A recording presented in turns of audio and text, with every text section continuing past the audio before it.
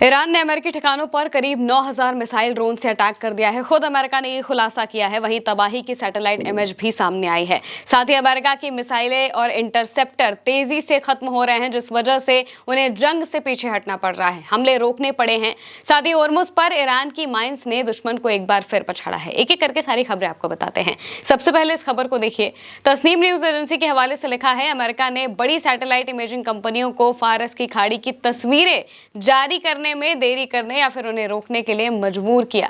Iran के हमलों के बीच अमेरिका बड़ी स्पेस इमेजिंग कंपनियों को फारस की खाड़ी की तस्वीरें जारी करने में कई दिनों की देरी करने या फिर उन्हें पूरी तरह से न जारी करने के लिए मजबूर कर रहा है, क्योंकि सैटेलाइट इमेजेस में अमेरिका का भयानक नुकसान दिखाई दे रहा है। सैटेलाइट इमेजेस बता रहे हैं कि किस तरीके से अमेरिका के बेसिस में तबाही मची है ईरान के हमलों की वजह से। इसके अलावा होर्मुज लेटर के हवाले से खबर है, जिसमें बताया गया है कि तस्नीम के मुताबिक होर्मुज स्ट्रेट में एक तेल टैंकर ईरान के तय रास्ते से भटकने की वजह से ईरानी नेवल माइन से टकराने के बाद फट गया। ये तब हुआ जब ट्रंप ने दावा किया कि होर्मुज स्ट्रेट पर ईरान के साथ बातचीत में बड़ी तरक्की हो रही है। यानी कि एक तरफ ट्रंप दावा कर रहे हैं कि वो ईरान से बात कर रहे हैं और दूसरी तरफ ईरान के बताए रास्ते से जो जहाज नहीं जा रहे हैं, उन जहाजों में धमाके हो रहे हैं, क्योंकि वो माइन से टकरा रहे हैं। प्रेस टीवी के हवाले से धमाकों की खबरें भी सामने आई है। इरबिल में, इराक के इरबिल में धमाका हुआ है। ये वही इलाका है जहां पर अमेरिका के बेसिस मौजूद हैं, जहां पर कुर्दिश जो लड़ाके हैं वो रहते हैं, जो कि ईरान पर हमला करने की कोशिश करते हैं। उन सब के ठिकाने यहीं पर मौजूद हैं और एक बार फिर यहां पर धमाके की जो खबरें हैं वो सामने आ रही हैं। इसके अलावा क्लैश रिपोर्ट के हवाले से लिखा है, मिडिल ईस्ट में यूएस के top military commander Brad Cooper ने होर्मुज स्ट्रेट के आसपास यूएस के बमबारी कैंपेन को रोकने की सलाह दी है। ये तर्क देते हुए कि इसने अपने ज्यादातर मकसद हासिल कर लिए हैं और आगे सीमित हमलों का ज्यादा असर नहीं होगा।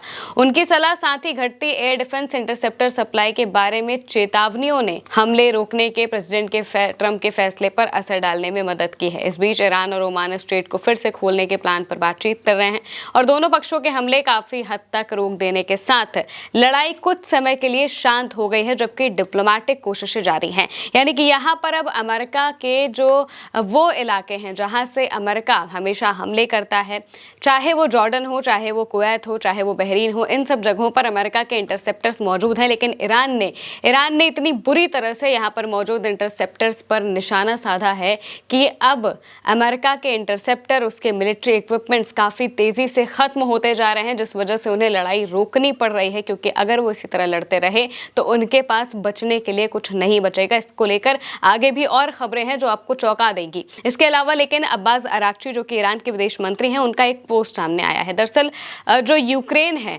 अब वो कहीं ना कहीं ईरान पर निशाना साध रहा है, जिस वजह से यूक्रेन को ईरान ने चेतावनी दी है। अब्बास अराक्ची ने लिखा, ज़ेलेंस्की ने ईरान के एक कमर्शियल जहाज पर हमला किया है, जिसमें एक नाविक की मौत हो गई है। ये इजराइल के कहने पर किया गया यूएन चार्टर का खुला उल्लंघन है, जिसका मकसद यूरोप को अपनी जंग में घसीटना है।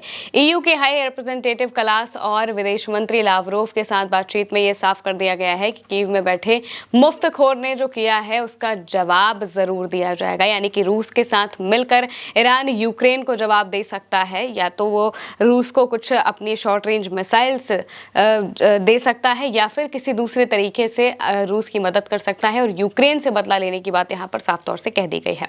इसके अलावा क्लैश रिपोर्ट के हवाले से एक बहुत जरूरी खबर सामने आई है, जिसमें कहा जा रहा है कि जो अमेरिका की सेना है, उनके कमांडर जानबूझकर ईरानी मिसाइलों और ड्रोन्स को अपने एयर डिफेंस सिस्टम में घुसने दे रहे हैं, ताकि उनके पास मौजूद इंटरसेप्टर मिसाइलों का स्टॉक खत्म ना हो जाए। सोचिए, ये कैसे दिन आ गए हैं अमेरिका के कि उनके स्टॉक ना खत्म हो जाए, इस वजह से उन्हें अपने बेसिस को तबाह होने देना पड़ रहा है। ये खबरें सामने आ रही है क्योंकि अमेरिका के जो इंटरसेप्टर्स हैं बहुत तेजी से गिर रहे हैं।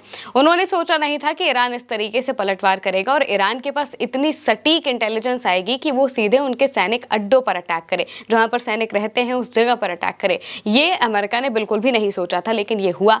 और इसी वजह से जंग शुरू होने के बाद से ईरान ने लगभग 9,000 मिसाइलें दागी हैं। ये बात खुद अमेरिका कह रहा है।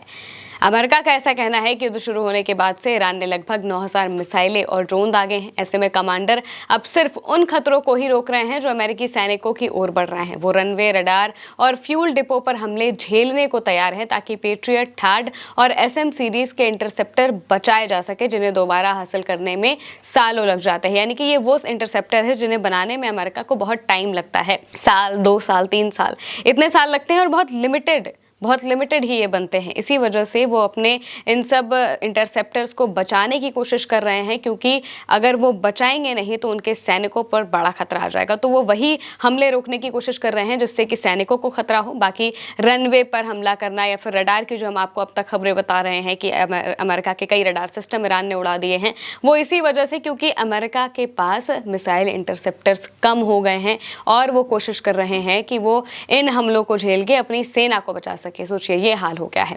क्लैश रिपोर्ट के हवाले से आगे IRGC के प्रवक्ता का बयान है जिसमें कहा गया है कि हम दुश्मन की योजनाओं से अनजान नहीं हैं। ऐसा नहीं है कि हमारा ध्यान सिर्फ होर्मुज स्ट्रेट पर है और हम दूसरी साजिशों को नजरअंदाज कर रहे हैं। दुश्मन क्रांति विरोधी समूहों, पाखंडियों और राजशाही समर्थकों को फिर से संगठित करना चाहता है और दिसंबर जैसी घटनाओं को दोहराना चाहता है। IRGC इन समूहों के प्रति उदासीन नहीं है। हमारा मुख्य लक्ष्य उन अलगाववादी समूहों को दबाना है जो कि अमेरिका के उकसावे और मदद से देश में घुसना चाहते हैं और लोगों तथा अशांति का फायदा उठाकर हमला करना चाहते हैं। उत्तर पश्चिम में हम जो कर रहे हैं उसका मकसद उन्हें देश में घुसने से पहले ही शुरुआती दौर में कुचल देना है।